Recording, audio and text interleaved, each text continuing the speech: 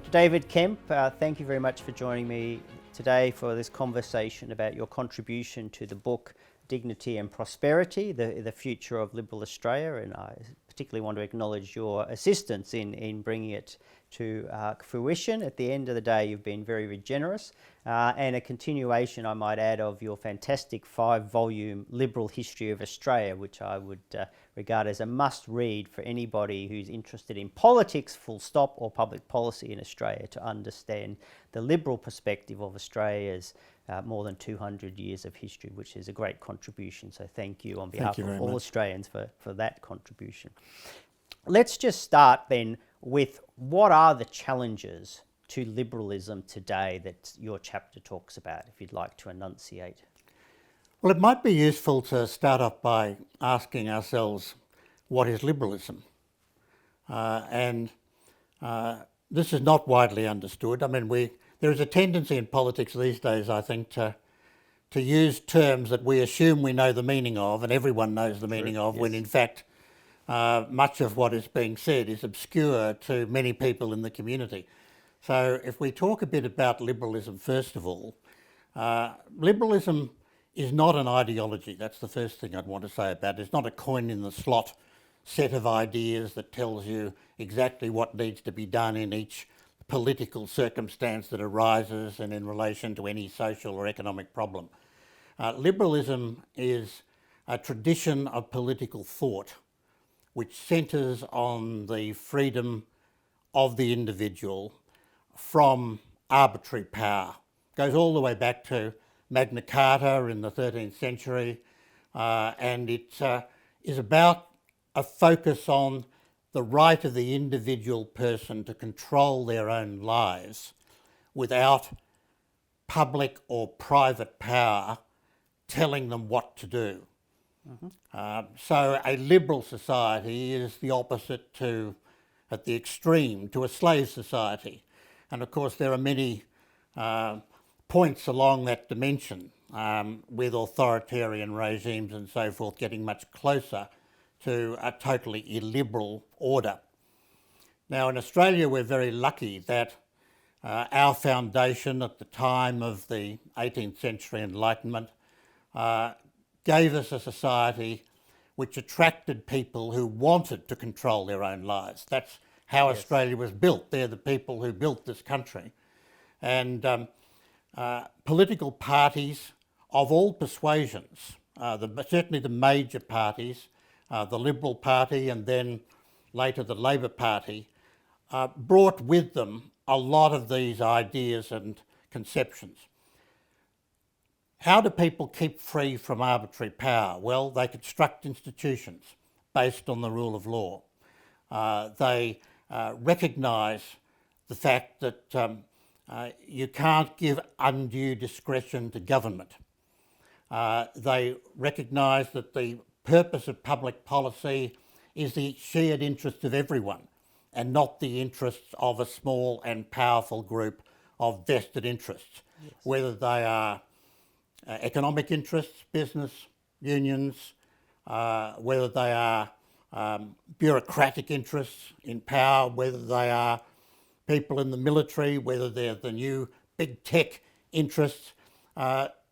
Government should always be concerned with the freedom and therefore the dignity of individual people.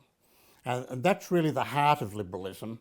And if a political party is going to be an advocate for liberalism, if it's going to be, as Robert Menzies called the Liberal Party, a party with a philosophy, it has to be a party which looks to construct public policy in a way which empowers people to live lives of dignity themselves and to make their own choices in life, to pursue their own missions in life.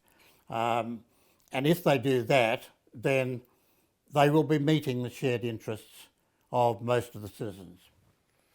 So with that background then, are we at a point of illiberalism at the moment, or is the foundation of Australia as a liberal nation under threat? And what are those challenges that we should be aware of, first of all, calling out, and then acting upon, I guess, Well, the challenges are partly cultural, partly the shift in political thinking and political ideas that's occurred over the last few decades.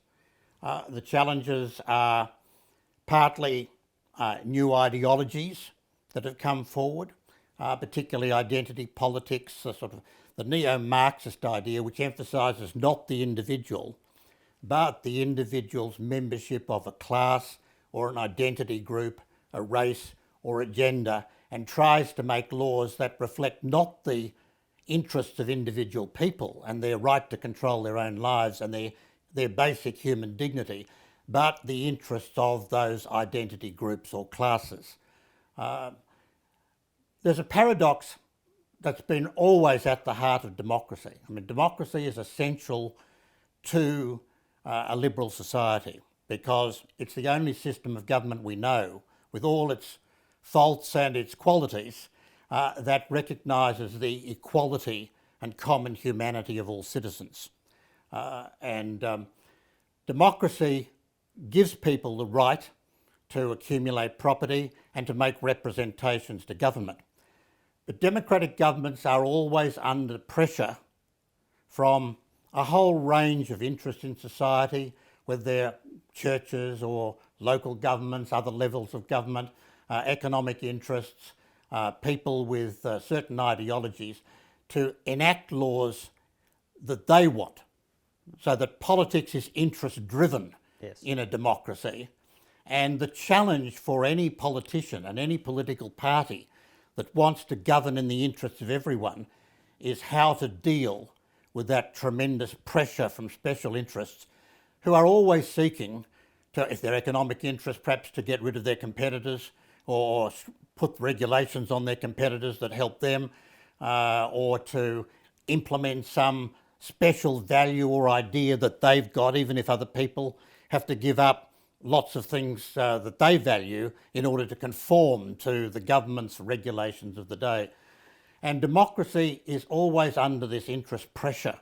And we see this in Australia, which, being a very, very democratic country, is also a country which shows one of the constant recurrent pathologies of democracy, which is to expand the role of government at the behest of these interests, to regulate what everyone else is doing in the interests of the few. And as you look at Australia at the moment, you can't help but notice that big government is growing. Absolutely. And big government creates new centres of power and interest in the bureaucracies and the regulatory authorities, the statutory authorities.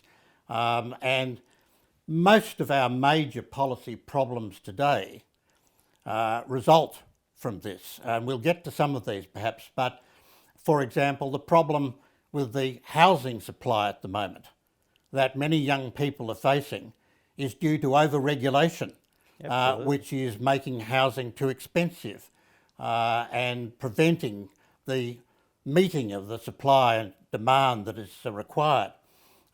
If you look at wage levels and retirement, you see compulsory superannuation creating enormous centres of industry and union power which resist young people's using their savings to buy houses or advance their own lives at the moment, and wish to put off the use of that money that they've created by their own work into the far distant future. The fact that the transition in the energy area from fossil fuels to renewables is really failing at the moment is because the focus of policy has been on the demands of those who run the government, those who have power, and not the interests of the ordinary citizen. And they are being sacrificed through inflationary policies, through over-regulation, through the effort to get rid of industries that are still producing jobs for large numbers of people. So whichever big policy area you go to, whether it's the energy transition, whether it's education, whether it's the organisation of the labour market, All these problems are resulting from the pressure of interests in our democratic system to rig the system, if you like, for themselves without taking into account and giving any real priority to the shared interests of citizens. Yes, I agree completely. If you look at all of the what we call crises at the moment, they're almost all government created through government meddling, intervention, interference, fueling, distorting, whatever that we have, including the cost of living crisis that we're suffering from at the moment through very poor monetary and fiscal policies that helped ignite inflation, which we were told would not happen, but of course it did, because the reality of economics is when you flood a market with too much money, then it's going to cause inflation if you can't respond accordingly. And it's worth looking at the impact of regulation and why the focus on the individual is so important. I mean, I would argue that liberalism is not one of a series of approaches to policy which you can choose between socialism or liberalism or identity politics or whatever. Liberalism is actually the only approach to government which has the capacity to deliver over the longer term.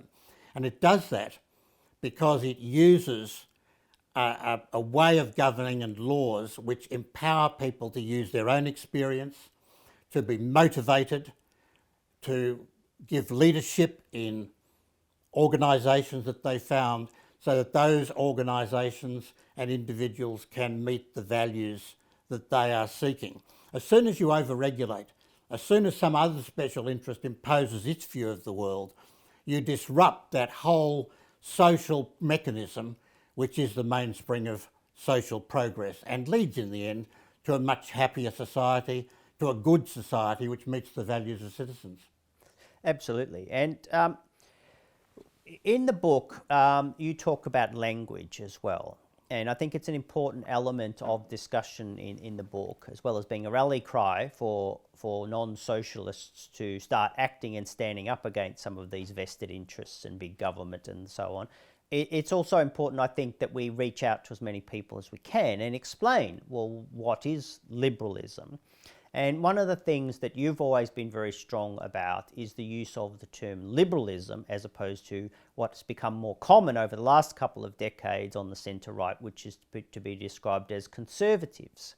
And I wonder, from your perspective, when you talk about using liberal as opposed to conservative, how do you see that as important in positioning the movement, if not the party, because there's a party called the Liberal Party as well, not the Conservative Party, but it's a broad church as we understand, so it accommodates a lot of people from different ideologies who are not socialists. And then in particular, how do you see that also as a way of potentially communicating with the younger generation who feel, if anything, completely removed from what they regard as the conservative side of politics? The number of those who are advocating liberal positions across most policy areas is relatively small. In Australia, because our political system has been, an economic system and social system has been so successful, conservative attitudes to that system are quite understandable and have become more liberal over time as liberal ideas have become more prominent in the society. So any party that promotes liberal ideas is also going to have to cope with and be in alliance with conservative elements, and that's always been true of the Liberal Party. It's true of the Labor Party, although in that party the conservative elements tend to be conservative elements looking back to a Labor past and a social past which doesn't exist anymore. But conservatism is always there in the system, and modern conservatism in Australia, in alliance with liberalism, is fairly liberal itself because of the nature of the society. But liberalism has to be in the lead, and that's what Menzies saw so clearly, because the party has to have goals to move towards. It has to have future objectives. It has to have criteria by which it says what's wrong with what's currently happening and how we can improve human capacity and human dignity. And a party that puts conservatism first is putting itself at risk, particularly in the society we now have, where we have an increasingly educated, younger voting section of the voting public. The under 35s are now about 25 to 30% of the electorate, and the last thing they want is to see a party saying, no, everything's okay, we're conservative, look at this is working okay. They see there are problems, and a lot of those problems, as we said earlier, are the result of government failure.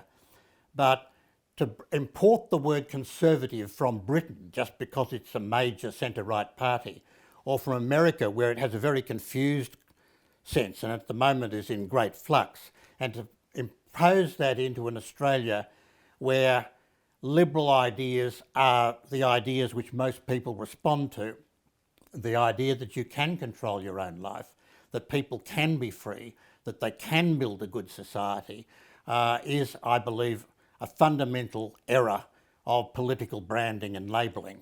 And it needs to be really set aside. And the Liberal Party, if it wishes to succeed in the future and become again a party with a voting base which is over 40%, has got to be able to state the liberal values and the liberal approach to reaching those values and to show how that is possible. Yeah, no, that's very good. And in the book, we deliberately talked about the future of liberal Australia, because even though some people would say you're drawing on people of experience who might be older in some cases, I call them the grandees or the titans, who've actually done things, so they speak with wisdom and not just having information available, but they've actually achieved things. So change makers, change drivers, change thought leaders. But the book really is still focused on the future, as you say. And part of the discussion we have in the book is, you know, how much is woe is me, as John Howard's expression. He thinks that the Liberal Party should not just dwell on its losses and where it's at, but focus on the opportunities. And I see liberalism very much as you do, as in a very optimistic, positive way. So if you look at the future, it is a positive one that we can provide for people. Absolutely. And also to that, the other part of the book is, of course, the title, Dignity and Prosperity. And many people have asked me, well, why did you choose that? Surely it should be freedom or liberty or something of that nature. And my response is to say, well, I think dignity and prosperity are actually the outcomes of the future liberal Australia, which obviously is based on the means being liberty and freedom that are absolutely fundamental. But I wonder, from your perspective, because you've written a lot and your chapter has talked about human dignity, so it's headed, why do you think dignity and prosperity are so important as outcomes of a liberal approach to the nation? Well, I think both of them are important because they go to the heart of two major objectives that people have. I mean, everybody wants validation. Everybody wants to be respected. They want their basic human dignity to be recognised, and they want to be able to express that. They want to be able to express it by what they do in the world, by the jobs that they have, the income they earn, the families they build, the homes they build. These are all fundamental to human dignity. Dignity itself always needs to be allied and understood as arising from a free people.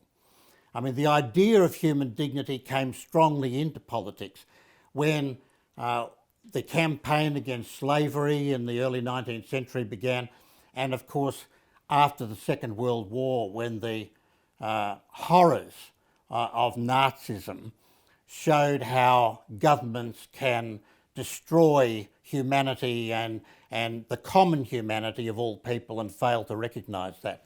So dignity for all people is to say we recognise the common humanity of all people and their fundamental humanity, and that of course is what is ignored by today's identity politics or Marxist politics generally, which don't care about that dignity, which use tactics which affront people's dignity, violence and abuse, and which seek to control people in accordance with an ideology which tramples on people's human dignity. So liberalism is the great alternative, and I believe it's an alternative which will appeal greatly to the under 35s who see Australia becoming a more liberal country, but are perhaps not as aware as they should be because the case is not being made as well as it can be, that if you simply rely on big government to solve all these problems, you've got an inevitable tension between the exercise of power over the individual and the individual's freedom. And at various points, as we're seeing in major policy crises today, these are in conflict.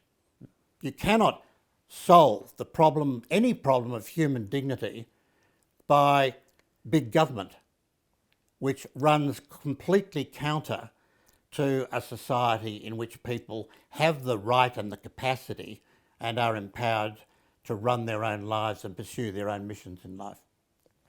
If we think about going back to Robert Menzies and identifying and speaking to the forgotten people, what do you think are the new forgotten people today, the people that are not being heard, not being represented by this new class and group identity, neo-Marxist, socialist approach to governance? Who do you think they are, to start with? And secondly, how do liberals and liberalism reach out to them? It's interesting to compare the number of, or proportion of parliamentarians who had higher education at Federation, which was 15%, against the proportion which has higher education today. In 2013, that was 80%. And what has happened is that the political class has become increasingly the highly educated in the community, the qualified people. And that class is not a majority of the population, but there is a tendency for politics and that political class to less and less represent those who are below the university level of education. Very often tradespeople, very often people, younger people who are still coming through, although as a group they tend to be more highly educated every generation. But it means that a lot of policy is formed without the interests of people in, let's say, the fossil fuel industries or in the education system, students who are not going to go on to university or people who are elderly, who are not represented in party branches and factions and so forth. The new forgotten people are the people not in that new class of the higher tertiary educated. And every political party needs to think, and particularly a party that wants to be a liberal party, needs to think very carefully about how it's going to bring into the political system once again, because those people were once there in the political class, represented when the union movement had a very big membership. Now it has, of course, a very small membership, but when it had a very big membership, and when the middle class was itself largely and overwhelmingly not tertiary educated. But as this new tertiary educated class has grown, we've had people calling themselves experts. They're really specialists, but experts telling governments what to do, and the interests of the rest of the population being left out. And we saw in COVID, I mean, who were the forgotten people in COVID? They were the school students. People shut out of school. They were elderly people locked in their homes. Small businesses they were who went citizens broke. who didn't have a voice because the experts, so-called, had taken over. And we see that now that's a danger with the energy transition, that it's being dictated by people who are not taking into account the interests of the community as a whole. So the forgotten people have become, in a sense, a much broader class of people for whom the resolution of a lot of these problems is actually the adoption of more liberal policies. Yes, well, I think that's absolutely true. So you talk in your chapter, and we just mentioned about the new political class, or the elite, if you like. They're made up of experts, but they also seem to be made up of a group of people who come out of university. They go into political roles or unions or some other affiliated body closely intertwined there. Then they can go into advisors, parliament, even so much so that our current Prime Minister would be part of that, if you like, bubble world, where they've never had any real world experience. They've never travelled extensively other than in very luxurious environments and protected circumstances, but they've never explored life and the world. They've never achieved things. They've never set up a business. They've never had to run and deal with all the adversity that comes with those sorts of life experiences, I guess. And I just wonder, in that context, how does that mean they go wrong? Is it because they have a utopian Marxist view of a perfect society that they're seeking to craft? Is it that they're driven by power in itself, and therefore having control of the levers of power is itself a key objective of this new political class? I'm interested in your thoughts as to how they've gone wrong, or what they've done, or is the whole concept itself so deeply flawed that until it comes to an end, you can never wrest back our liberal democracy? Well, I think it's worth distinguishing between the political class and what you referred to earlier as the new class, and what I refer to in the chapter as the new class. The new class is a very broad group of people in the community. About 28% of Australians have a bachelor's degree. Over 50% have some post-secondary education, but not necessarily a university education.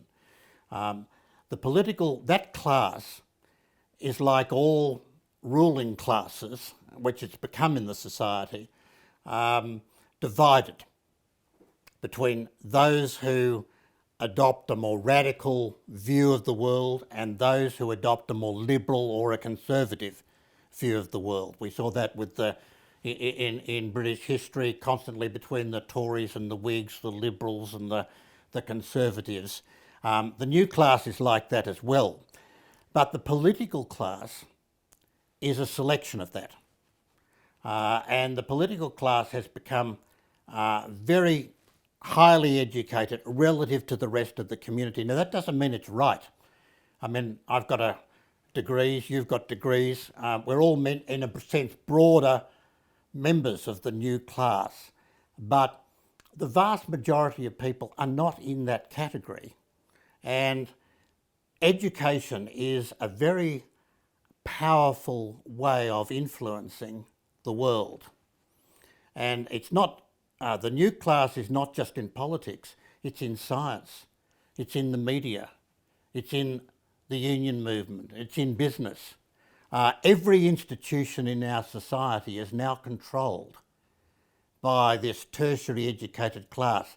The one exception is really people who have made fortunes by extraordinary entrepreneurship without going into university and having university degrees. Some of them would say a university degree is a disadvantage, but the fact is, when you look across our society, the university degree has become almost the key qualification. Now, how do you devise policies that are going to suit people? The quality of education is that it gives people the ability to manipulate ideas. And what the new class has given rise to is a fraction, a radical fraction, which is adopting a new neo-Marxist approach to society based on identity politics, which decries merit as part of the virtue signalling that goes with it, that says it's people's colour or their gender that's critical and not their capacity to actually bring experience which will make policy work or this institution work, which will manage a policy implementation well. And so what we've got are people, I mean, a classic example outside Australia, of course, is the American President Joe Biden saying that he would choose the Vice President because she was a black woman, regardless of quality. Regardless of quality, and we're now seeing the suffering that that's imposing on the United States. It's happened in Australia, but it hasn't happened quite as vividly and regularly as has happened in the United States. But we do see organisations across the country, often called woke, who appoint people to positions not on the basis of quality or experience or creativity or what they can bring or leadership qualities, but on the basis of some race or gender criterion. And the inevitable consequence of that is going to be a running down of our institutions and society, because we're not choosing the best people to run these institutions. And so a Liberal party would emphasise the importance of merit and excellence, but also realise that those with a university education are not knowledgeable and expert about everything, and certainly don't have the capacity to run other people's lives for them. They need to use that experience and expertise to show their respect for every person in the community and try to lift the whole community and every group in the community that is disadvantaged up, so that they are empowered and that they can live their own lives. And we are seeing that motivation at play. But at the moment, we've achieved a variety of policies which have serious problems, because the idea of identity being so critical has been too influential in the formation of the policy. The NDIS is an example of a policy which is, in essence, a sound objective to assist those in the community who have got disabilities, to give them a quality of life and a quality of opportunity on which they can build and achieve lives of dignity that they are satisfied with. But because the concept of disability has not been well defined, and too many have been allowed to enter the program, its cost is on the way to becoming unsustainable. And again, with laws to regulate hate speech, what we're seeing is a concept which was a valid concept, which is people advocating violence or provoking violence against minorities on the basis of prejudice, being extended and redefined to include any opinion which someone else who has a different ideological view disapproving of. And so we have cancel culture, and we have a whole lot of unfortunate consequences of this neo-Marxist idea that exploitation in society all is based on race and gender, when in fact oppression in society and disadvantage has many, many causes, and properly constructed liberal policy, a rational policy, can identify those causes through research and proper investigation, and develop policies, much better policies, that are likely to work and are sustainable by the community and as well as welcomed by the group being assisted. Entirely agree with all of those comments, David. How do you think this new class has impacted on the Liberal Party of today?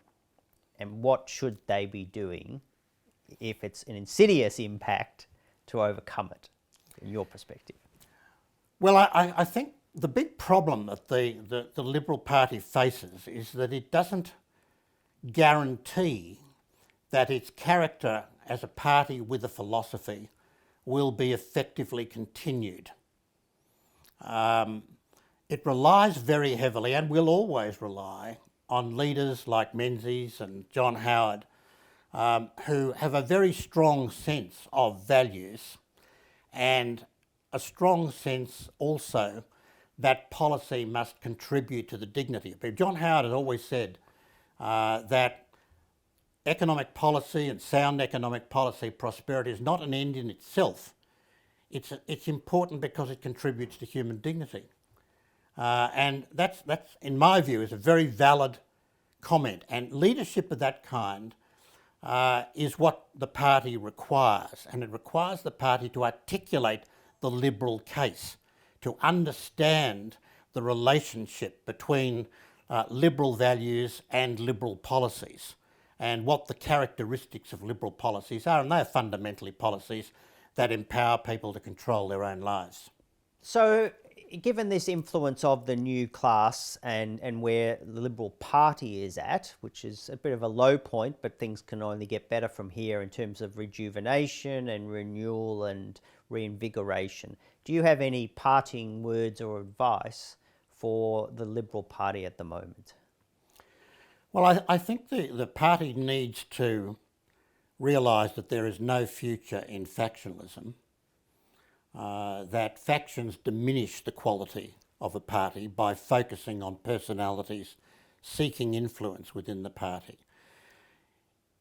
The party needs to converse more with the public that it represents. There is a danger in this new class that it becomes isolated, that it gets to think that other people don't know very much and they don't really need a lot of attention, and that the truth is to be found in the views of experts. And we've seen that exemplified in a terrible way, I think, during COVID, and to a large degree in the energy transition and the whole climate debate, that somehow or other there are those who know best. The party needs to take charge of its own policy development, and that is absolutely critical.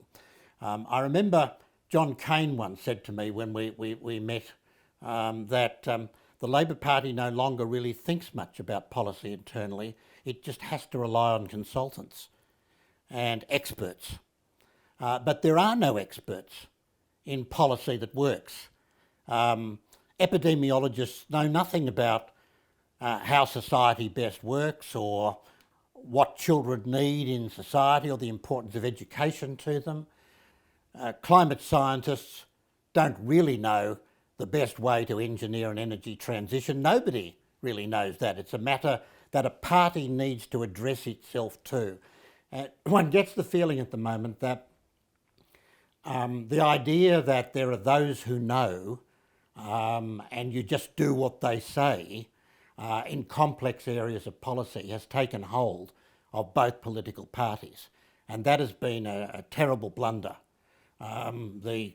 Any political party of government needs to seize control of its own internal policy process and measure that against the values for which it claims to stand, and subject those values to internal debate. And at the moment, unfortunately, our major parties are losing their bases, on both sides of politics in the community, because they are simply relying on outsiders and public pressures and interest pressures to devise what policy program they choose to put forward. Well, on that note, David, we'll wrap it up. So thank you very much for your time, and thank you again for your immense contribution to the book. Thank you.